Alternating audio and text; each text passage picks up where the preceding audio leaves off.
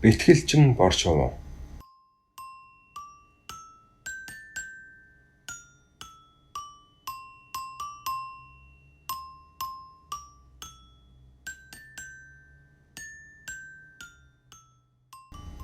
Эрт үрд цагт нарс сая мандаж, навт сая дэлгэрч, төр сая тогтож, түмэн сая хүртэж байхад бэтгэлчин бор шувуу гэж байж гинэ. Тэр шувуу өвлийн күүтэнд өлсөн гэж, хаврын хатууд харшин гэж хайртай битэг гүзээгээ чимх будаач ихэж атга будаа агуулсан юм байжээ. Тэгээд нэг өдөр тэнгэрт нисч ядраад харган сондуул дээр суутал хайртай битгийг нь хагалчих гээд хатгаад байж гинэ.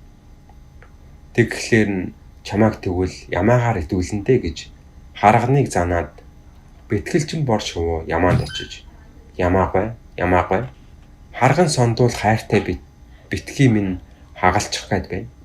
Харганыг та идээд өгөөч гэж гуйж гинэ. Гэтэл ямаа чиний хатсан харганыг идэх байтугай шимтэй ногоогоо идэж барахгүй яая гэж байна гэж тоосонгүй гинэ.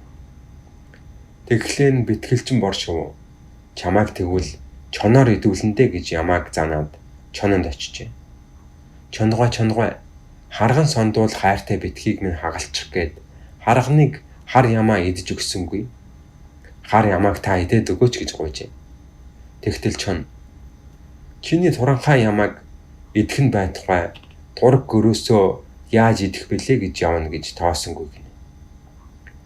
Тэгэхээр нь бэтгэлчин шувуу чамааг тэгвэл анчингаар алууландаа гэж чоныг занаад анчин хар хүнд очиж анчингой харган хайртай битгийг минь хагалчих гээд харганыг хар ямаа идэж өгсөнгүй. Хар ямааг хөх чон идэж өгөхгүй байна. Хөх чоныг та хөөгөөд намнаад өгөөч гэж гуйжээ. Тэгтэл анчин урайцсан чон хөөцөлдөх нь байтугай гуу жалганы гөрөөсөө намнаж чадахгүй явна гэж бас тоосонгүй гинэ. Тэгэхээр нь бэтгэлчин бор шувуу хулганаар чиний хувцсыг чинь уруулнаа гэж занаад хулганд очиж хулгангой харган хайртай битгийг минь хагалчих гээд харганыг хар ямаа идэж өгөхгүй. Хар ямааг хөх чон идэж өгөхгүй. Хөх чоныг анчин хөөж намнаж өгөхгүй байна. Анчин нэрийн хувцсыг чи ураад ноохоолоод өгөөч гэж гуйжээ. Тэгтэл хулган гөрөөчний дээл ноохоолох нь байтугай хөёөгөө яаж хураайдаа гэж явна гэж тоосонгүй гинэ. Тэгэхээр нь бэтгэлчин бор шувуу чамааг тэгвэл хурахчин хүүгээр алууландаа гэж хулганыг занаад хурахчин хүүд очиж хурахчин хүү харган сондуул хайртай битгийг минь хагалчих гээд харганыг хар ямаа идэж өгөхгүй. Хар ямааг хөх чон идэж өгөхгүй. Хөх чоныг гөрөөчин хөөж намнаж өгөхгүй байна. Гөрөөчний дээлийг хулган ноохолж өгөхгүй байна. Хулганыг чи хувин ус цутгаад алаад өгөөч гэж гуйж байна. Гэтэл хурахчин хүү хулган зурамтай хөөцөлдөх байтугай хураг ишгээ хариулж гүйцэхгүй яа гэж байна гэж тоосонгүй гинэ. Тэгэхээр нь бэтгэлчин бор шувуу чамааг тэгвэл аав ээжээр чинь зодуулна гэж хурахчин хүүг занаад аав ээжд нь очтол тэднийг эскийгээ хийх гээд унгасаа савж байжээ. Бэтгэлчин бор шувуу аав ээжд нь очиод харган сондуул хайртай битгийг минь хагалчих гээд харган сондуулыг хар ямаа идэж өгөхгүй байна. Хар ямааг хөх чон идэж өгөхгүй байна. Хөх чоныг гөрөөчин ир алж өгөхгүй юм. Гөрөөчний хөдсөн дээлийг хулган ноохоолоод өгөхгүй байна. Хулганыг хурахчин хүү чинь алаад өгөхгүй юм аа. Хурахчин хүүгээ та сайн зодоод өгөөч гэж гуйжээ. Тэгтэл хүүгийн аав ээж хоёр тарихгүй хүүхдтэй хөөцөлдөх нь байтугай тараасан унгасаа савж амжихгүй яа гэж байна гэд тоосонгүй гинэ. Тэгэхээр нь бэтгэлчин бор шувуу тэгвэл та нарын унгасыг чинь уул талаар нэг болгондоо гэж занаад салхи гаргахаар шийдэж болзоотын бор толгой дээр гараад байдаг чадлаараа эсгэрэн жиргэж гарчээ. Тэгтэл салхи шуурга дэгдэж цавсан унгасыг нь хийсгэжээ.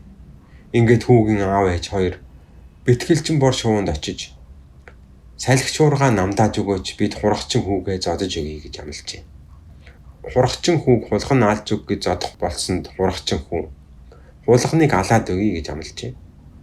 Хурагчин хүү хулганыг алахаар очиход хулган гөрөөчний хүчсэн дээлийг ноохоолоод өгье гэж гинэ.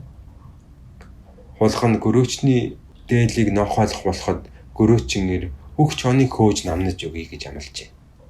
Хөгч хоныг гөрөөчин хөөж алах болоход чон хар ямааг би хаг татаад өгье гэж амлажээ. Хар ямааг хаг татахаар чон очиход хар ямаа нь харган сондуулыг идээд өгье гэж амлажээ. Хар ямаа харган сондуулыг идэхээр очиход харган сондуул бэтгэлчин бор шувууны хайртай битгийг нь хагалахаа байя гэж амт ангараг өгчээ. Тэгэд бэтгэлчин бор шувуу хайртай битгээ хамгаалан чадаад амар сайхандаа жаргав гинэ.